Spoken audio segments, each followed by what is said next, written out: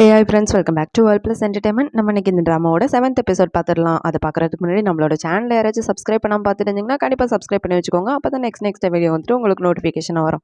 இப்போ நாம வாங்க வீடியோக்குள்ளே போயிடலாம். லாஸ்ட் எபிசோடில் ஹேனை பிடிச்சி யாரோ கடத்திட்டு வந்திருப்பாங்களா, அது வேறு யாரும் கிடையாது, நம்ம ஜூனா தான் கடத்திட்டு வந்திருப்பான். இவளுக்கு எதுவும் ஆயிடக்கூடாது அப்படின்னு சொல்லிட்டு பின்னாடியே ஃபாலோ பண்ணிட்டு வந்துட்டு இருப்பான். இவனை பார்த்து தான் அவளுக்கு கொஞ்சம் ஷாக்காக தான் இருந்துட்டு இருக்கோம். ஏன்னா இவன் ஃபாலோ பண்ணிட்டு வருவான்லாம் அவன் நினச்சிருக்க மாட்டால. டே ஜூனா, என் மேலே உனக்கு அவ்வளோ அக்கறையாடா அப்படின்னு சொல்லிட்டு அவன் கண்ணத்தை பிடிச்செல்லாம் வேற கிள்ளிட்டு இருப்பா.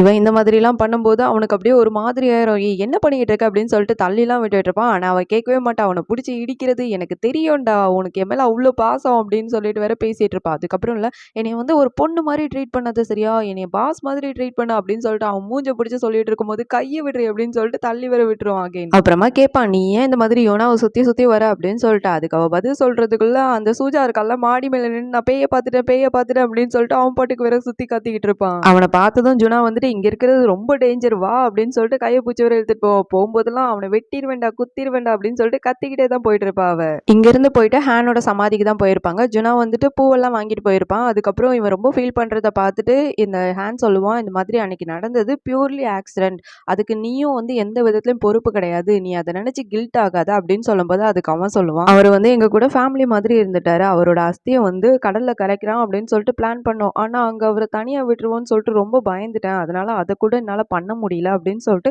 இன்னும் வேற ஃபீல் பண்ணிட்டு தான் சொல்லிட்டு இருப்பான். அவன் நீ கேட்கலாம், அப்ப ஏன்டா இப்போ சூஜாக்காக வேலை செய்யற அப்படின்னு சொல்லிட்டு, ஆனா எல்லாம் ஒரு விஷயத்துக்காக தான், நான் இவ்வளவு பொறுமையா இருக்கேன் அப்படின்னா உண்மையை வந்து வெளியே கொண்டு வர்றதுக்கு தான் அப்படின்னு சொல்லும் போது ஹேனுக்கு வந்துட்டு ஒரு மாதிரி ஷாக் ஆயிடும். நம்ம மேலேயும் ஒரு பைபிள்ல பாசம் வச்சு இவ்வளவு தூரம் பேசுதே அப்படின்னு சொல்லிட்டு அவன் மனசுக்குள்ள வந்துட்டு அவ்வளவு சந்தோஷமா தான் இருந்துட்டு இருக்கும். அடுத்து இந்த சீன் இப்படியே கட் பண்ணி கிம்ம காட்டுவாங்க. கிம்முக்கு வந்துட்டு பெரிய வீடு, வாட்ச், ஷூ, சட்டை அப்படின்னு சொல்லிட்டு எல்லாம் வேற கொடுத்துருப்பாங்களா. இதை பார்த்தோன்னே அவன் எல்லாம் அங்க இருக்க வேலையால் எல்லாத்தையும் வந்து வீட்டுக்கு அனுப்பி வச்சுட்டு நான் மட்டும் ஜாலியா இருந்துக்கிறேன்டா அப்படின்னு சொல்லிட்டு அவங்க போனதுக்கு அப்புறம் குத்தாட்டம் வேற போட்டுட்டு இருப்பான் அந்த வீட்டுல இருந்து. அந்த டைம்ல ஹேனும் கரெக்டா கால் பண்ணி டே மச்சான் எனக்கு தூங்குறதுக்கு இடம் இல்லடா அப்படின்னு சொல்லும் போது இவன் வேற கூட்டு வந்திருப்பானா, அவ வேற ஃபுல் சரக்கு வேற அடிச்சிட்டு இருந்திருப்பா. நம்ம ஹேனோட சட்டையை பிடிச்சிட்டு ஜூனான்னு நினைச்சு ஏன்டா எனக்காக இதெல்லாம் பண்ற, நான் திருப்பி யூனா கிட்ட போட்டா வேண்டாமா அப்படின்னு சொல்லிட்டு இவனை பிடிச்சி வேற உலுக்கிட்டு இருப்பா. அவ இருந்தாலும் இந்த ஜுனா பைபிளுக்கு என் மேல இருக்க பாசத்தை பாரு, எம்பிட்டு இருக்குது பாரு அப்படின்னு சொல்லிட்டு ஆனந்த கண்ணீர்ல வேற கத்திரி கத்திரி அழுதுட்டு இருப்பாளா. அவ கண்ணீர் வரதை பார்த்தோன்னே என்னது இது வெட்டாகுது, கண்ணெல்லாம் வேர்க்குது, ஒருவேளை தண்ணி வருதோ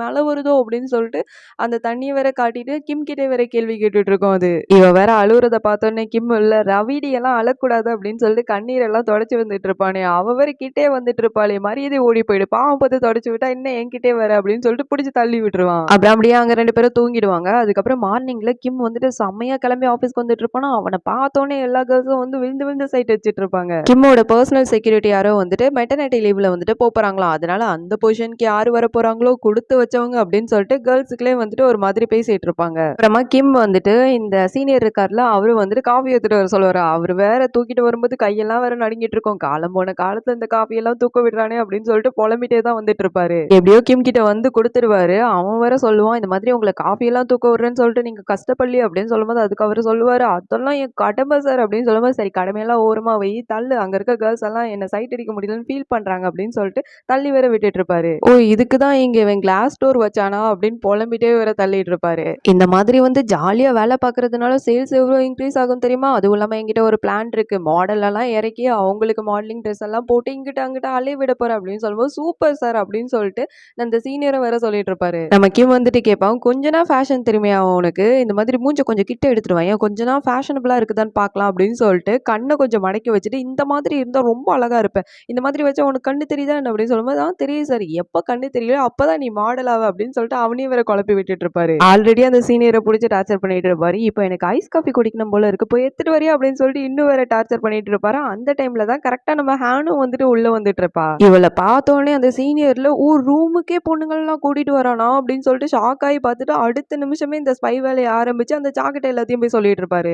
காலையில இருந்து நடந்த மொத்த விஷயத்தையும் ஒண்ணு விடாம சொல்லிட்டு இருப்பாரு. அந்த சால எனக்கு காது நல்லா கேட்கும், கொஞ்சம் தள்ளி வச்சு பேசுடா, சவுண்டா பேசி தொல்லடா அப்படின்னு சொல்லிட்டு கத்தி வேற விட்டுட்டு இருப்பான். இந்த மாதிரி அந்த பொண்ணை கூட்டிட்டு வந்ததும் இல்லாம அவ கூட சேர்ந்து வந்து ஷாப்பிங் எல்லாம் பண்றான் தெரியுமா, இன்னும் அலப்பற பண்ணான் தெரியுமா அப்படின்னு சொல்லிட்டு அந்த சீனை வேற இப்ப காட்டுவாங்க. நம்ம ஹேண்ட் தான் பொம்பளை ரூபத்துல இருக்க ஆம்பளையாச்சு, எப்படி கேர்ள்ஸ் ட்ரெஸ் எல்லாம் பிடிக்கும், பாய்ஸோட ட்ரெஸ் அதோட ஆக்சசரிஸ் எல்லாம் தேடி தேடி உட்காந்து ஷாப் பண்றதுக்கு பார்த்துட்டு இருப்பானா, இதெல்லாம் உனக்கு கிடையாது, மரியாதையா வாடி அப்படின்னு சொல்லிட்டு சட்டை பூச்சி வேற தரன்னு இழுத்துட்டு போயிட்டு இருப்பான் ஹேனு. ஃப்ரெண்டுக்கு வந்துட்டு ட்ரெஸ் எடுக்கணும், கொஞ்சம் ஹெல்ப் பண்றீங்களா அப்படின்னு சொல்லும்போது குடுகுடுன்னு 2 பொண்ணுங்க வேற ஓடி வந்துட்டு இருக்கோம். ஆனா அவளுங்க 2 பேரையும் அவாய்ட் பண்ணிட்டு பின்னாடி இருக்க ஷின்ன வேற தேடி போயிட்டு இருப்பானா, அந்த 2 பொண்ணுங்களுக்கும் சரியான குண்டு பல்ப் ஆயிடும். ஷின் கிட்ட வந்துட்டு ஹெல்ப் பண்ண சொல்லி கேட்டுட்டு இருப்பான். ஹேன் வந்துட்டு ஷின்ன பார்த்ததும், "டேய் உன் ஒய்ஃப் செம்ம கியூட்டா இருக்குடா. இதுக்கு நீ மேலோகத்துல இருந்து எகிறி குதிச்சு வந்து தப்பே கிடையாது" அப்படின்னு சொல்லிட்டு அவன்கிட்ட பேசிட்டு இருப்பான். அப்புறமா பல ட்ரெஸ் எல்லாம் ட்ரையல் பார்த்து ஏதோ நிறைய ட்ரெஸ் எல்லாம் எடுத்து வச்சிருப்பாங்க. இந்த ஹேன் வேற நசுங்குதுடா எல்லாம் அப்படின்னு சொல்லிட்டு இருக்கும்போது அங்க இருக்க கேர்ள்ஸ் எல்லாம் வேற ஷாக் ஆகி பார்த்துட்டு இருப்பாங்க. நம்ம கிம்மு வந்துட்டு அவளோட வாயை மூடிட்டு கொஞ்ச நேரம் சும்மா இருடி அப்படின்னு சொல்லிட்டு வேற கத்திட்டு இருப்பான். அப்புறமா ரொம்ப கெத்தா வேற சொல்லுவான், எல்லா ட்ரெஸ்ஸுக்கும் சிங்கிள் பேமெண்ட் கருப்பு கார்டு பாத்தீங்களா அப்படின்னு சொல்லும்போது அவங்க வேற $10,000 சார் அப்படின்னு சொல்லிட்டு இருப்பாங்களா. அப்படியே அவனுக்கு ஷாக் ஆயிடும். காடை கொடுக்கவே மனசு இருக்காது.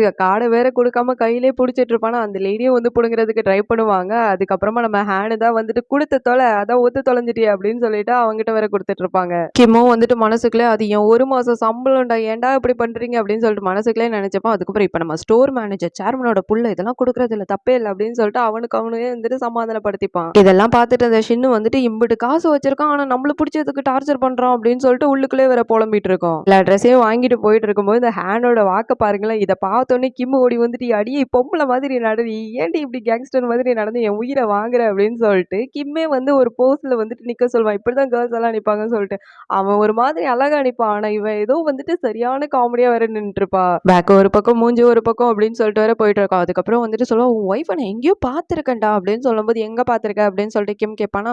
ஒருவேளை கிளப்லயும் இருக்குமா அப்படின்னு சொல்லும்போது, உன்னை அடிச்சே சாவடிச்சிருவான், ஆல்ரெடி செத்து போயிட்டேன்டா அப்படின்னு சொல்லிட்டு 2 பேரும் வேற வாக்குவாதம் நடத்திட்டு இருப்பாங்க. அப்புறமா ஹேன் வந்துட்டு அங்க இருக்க ஒரு கேமராவை பார்த்தோன்னே, இந்த கேமரா எனக்கு வேணும் அப்படின்னு சொல்லிட்டு இவ்வளோ நேரம் ஆம்பளை மாதிரி பண்ணிட்டு இருந்தாலே இப்ப மட்டும் கேர்ள்ஸ் மாதிரி ஒரு கொஞ்சம் பேச ட்ரை பண்ணுவாளா. அவன்ல போடி என்கிட்ட உனக்கு செட்டே ஆகல அப்படின்னு சொல்லிட்டு தள்ளி விட்டு அவன் பாட்டுக்கு போயிடுவான். அடுத்த சீன்ல யுனா வந்துட்டு ஒருத்தங்களை பாக்குறதுக்காக வந்திருப்பா. அங்க இருக்க ரிசப்ஷனிஸ்ட் வந்துட்டு அப்பாயின்மெண்ட் இருக்கா அப்படின்னு சொல்லிட்டு கேட்கும்போது, என்கிட்ட இதுக்கு முன்னாடி எல்லாம் கேட்டவங்க வந்துட்டு அடுத்த நாளே ஃபயர் ஆயிடுவாங்க அப்படின்னு சொன்னதும் அந்த பொண்ணு வேற லைட்டா பயந்துரும். வெயிட் பண்றீங்களா, நான் கேட்டு சொல்றேன் அப்படின்னு சொல்லிட்டு அந்த பொண்ணு சொல்லுமா. வெயிட்லாம் பண்ண முடியாது, நான் போவேன் அப்படின்னு சொல்லிட்டு அவ பாட்டுக்கு அங்க இருந்து கிளம்ப ஆரம்பிச்சிருவான். அந்த ரிசப்ஷனிஸ்டும் வர பின்னாடியே போயிட்டு இருக்கும். கரெக்டா இவ பார்க்க வந்த ப்ரொடியூசரும் வந்து வெளியே வந்துருவான். வந்தவொடனே யுனாவை கட்டி பிடிச்சிப்பான். ஆனா அந்த ரிசப்ஷனிஸ்ட்டை பார்த்துட்டு ஏண்டி விட்ட அப்படின்ற மாதிரி வேற முறைச்சு பார்த்துட்டு இருப்பான். யுனாவும் வந்துட்டு இவளுக்கு ஏதாவது ரோல் கிடைக்குமா அப்படின்னு சொல்லிட்டு ஏதாவது டைரக்டர் கிட்ட கேட்டு சொல்றியா அப்படின்னு சொல்லிட்டு கேட்கும்போது அதுக்கு அவன் வந்துட்டு இல்ல அதெல்லாம் பண்ண முடியாது அப்படின்னு சொல்லிட்டு இருக்கும்போது இன்னொரு ஆக்ட்ரஸ் வேற உள்ள இருந்து வெளியே வந்துட்டு இருக்கோம். அந்த பொண்ணு வேற நம்ம யுனாவை பார்த்துட்டு ரொம்ப நெக்கலா வேற பார்த்துட்டு போயிட்டு இருக்குமா. அப்படியே யுனாக்கெல்லாம் சரியான காண்டாயிடா.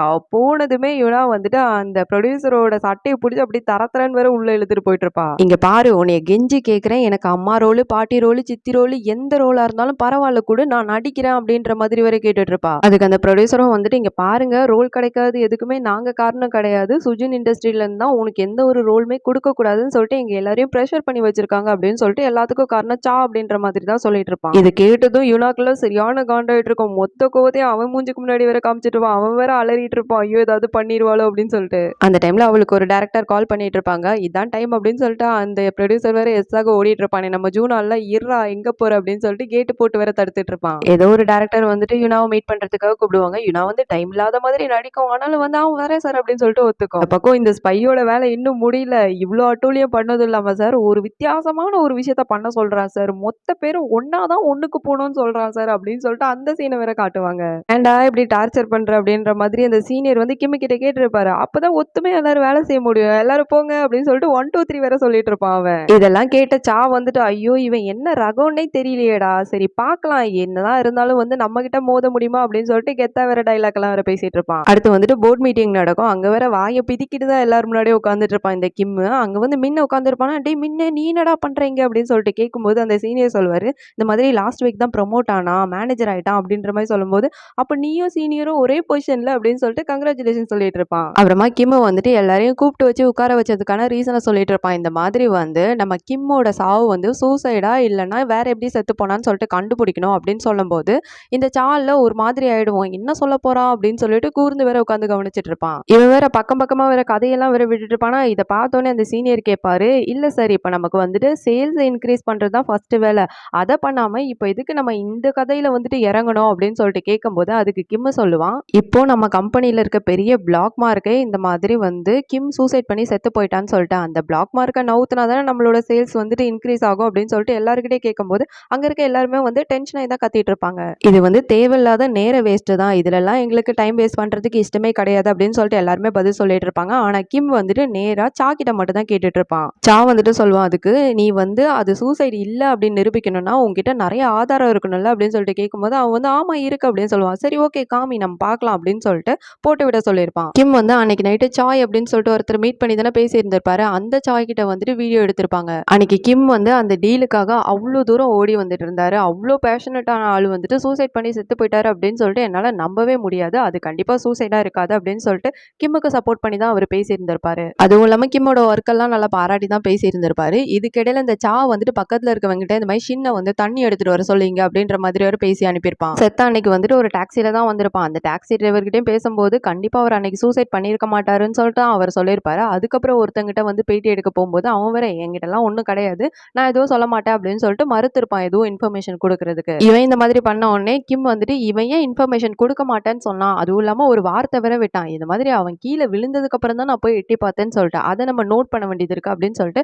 எல்லா விஷயத்தையும் வந்துட்டு கிம் எடுத்து சொல்லிட்டு இருப்பான். கரெக்டா சீரியஸா கான்வர்சேஷன் போகும்போது ஹேண்ட் வேற மெசேஜ் அனுப்பிச்சிருக்கோம், என்னடா இம்பார்ட்டன்ட் அப்படின்னு சொல்லிட்டு பார்த்தா அவ வேற விதவிதமா வந்துட்டு போட்டோ எடுத்து வேற அனுப்பிச்சு வச்சிருப்பான். அந்த கேமரா வந்து வாங்கி கொடுத்துருப்பான் போல, அதுல இருக்க போட்டோ தான் வந்துட்டு இவனுக்கு அனுப்பிச்சு வச்சிருப்பான். இப்போ இவ வேற ஒருத்தி அப்படின்னு சொல்லிட்டு வேற இருப்பான். இவ தான் எல்லாரையும் வீடியோ எடுத்து அமைச்சிருப்பாப்ல. இப்ப ஹேண்ட் செத்த இடத்துல வந்துட்டு ஒரு கேமரா இருந்திருக்கும், அதையும் வந்துட்டு வீடியோ எடுத்து அவனுக்கு அனுப்பிச்சு வச்சிருப்பா. அப்புறமா கிம் சொல்லுவான், இந்த மாதிரி அவன் சூசைட் பண்ணிக்கிட்டான் அப்படின்றத விட வேற கோணத்துல யோசிச்சு நம்மளே அசியூம் பண்ணி ஒரு ஸ்டோரியை கிரியேட் பண்ணலாமே அப்படின்னு சொல்லிட்டு ஆக்சுவலி என்ன நடந்ததோ அதை வந்துட்டு ஸ்டோரி மாதிரி அவன் சொல்லிட்டு இருப்பான். அதுல நடுவுல ஒருத்தன் வந்துட்டு இதுக்கு எதுக்கு இவ்வளவு இம்பார்ட்டன்ட் கொடுத்து பேசுறீங்க, எங்களுக்கு எல்லாம் இதுல விருப்பமே கிடையாது அப்படின்னு சொல்லிட்டு இருக்கும்போது கரெக்டா ஷின்னு வந்துட்டு உள்ள தண்ணி கொடுக்கறதுக்காக வந்துடும். அப்ப அந்த சீனியர் சொல்லுவாரு, உண்மை என்னன்னு சொல்லிட்டு நீ எந்த விதத்துல கதையா சொன்னாலும் அதை வந்து எடுத்துக்க மாட்டோம், அவனே வந்து சொன்னாதான் உண்டு, ஆனா செத்தவன் நான் சொல்லவா போறான் அப்படின்னு சொல்லும்போது ஷின்னு வந்துட்டு தண்ணி ஊத்திட்டு இருந்தவா அப்படியே கிளாஸ் வேற தொப்பன் கீழே போட்டுருவா. அப்ப சா வந்துட்டு சொல்லுவான், சரி அவன் சூசைடே பண்ணிக்கல அப்படின்னு வச்சுக்கோங்க, அதுக்கு கம்பெனி எந்த விதத்துல பொறுப்பாகும் அப்படின்னு சொல்லிட்டு கேட்கும்போது கிம் சொல்லுவான், ஏண்டா இந்த கம்பெனில வந்து 40 மணி நேரம் தானே வேலை செய்யணும், அவன் வேலை செஞ்சு 70 மணி நேரம் தெரியுமா, அதுவும் இல்லாம ஒரு கிளைண்ட் கூட போகும்போது அவன் வந்து குடிக்க வேண்டியது இருக்கா, அவனுக்கு அவ்வளோ நோய் இருந்தும் அவன் வந்து டெய்லி குடிக்கிறான், சரியா சாப்பிடாம சரியா எதுவுமே பண்ணாம அவன் பாட்டுக்கு உட்காந்து வேலை செஞ்சுட்டு இருக்கான், இதெல்லாம் வந்து காரணம் இந்த கம்பெனி தானே, அப்ப கம்பெனி தானே வந்துட்டு பொறுப்பாகணும், இந்த கம்பெனில என்ன பண்ணிருக்கீங்க, அவன் சூசைட் பண்ணிக்கிட்டான்னு சொல்லிட்டு அவங்க ஃபேமிலி கூட ஒரு ரெஸ்பெக்ட் பண்ணாம பண்ணிருக்கீங்களா, இதெல்லாம் நியாயமா அப்படின்னு சொல்லிட்டு கேட்கும்போது சா வந்து அதுக்கு சொல்லுவான், சா வந்துட்டு சொல்லுவான், சரிப்பா நீ சொல்றதெல்லாம் நியாயம் அப்படின்னு சொல்லிட்டே வச்சுக்கலாம், இந்த கம்பெனியால தான் அவன் செத்து போயிட்டான் அப்படின்னா அவனோட பொண்டாட்டி எப்படி இதே கம்பெனில வந்து வேலை செய்வா, என்ன ஷின் நான் கேட்கறது சரிதானே, உங்களால எப்படி இந்த கம்பெனில வேலை செய்ய முடியும், உங்க புருஷன் உயிரே இந்த கம்பெனி வாங்கியிருக்கு, நீங்க எப்படி இந்த கம்பெனில திரும்பி வந்து வேலை செய்றீங்க அப்படின்னு சொல்லிட்டு இவகிட்ட வேற கொஸ்டின் கேட்டுட்டு இருப்பான். அவளே ஆல்ரெடி கதறி கதறி அழுதுட்டு இருந்திருப்பா, என்ன சொல்லணும்னே தெரியாம அப்படியே கிம்மோட மூஞ்ச பாப்பா, கிம்மும் வந்துட்டு அவளோட மூஞ்ச பார்த்துட்டு இருப்பான். இத்தோட இந்த எபிசோட வந்துட்டு முடிக்கிறாங்க. இனிமேல் என்ன நடக்குன்னு சொல்லிட்டு நம்ம அடுத்த எபிசோட்ல பார்க்கலாம். அது வரைக்கும் பை பை ஃப்ரெண்ட்ஸ்.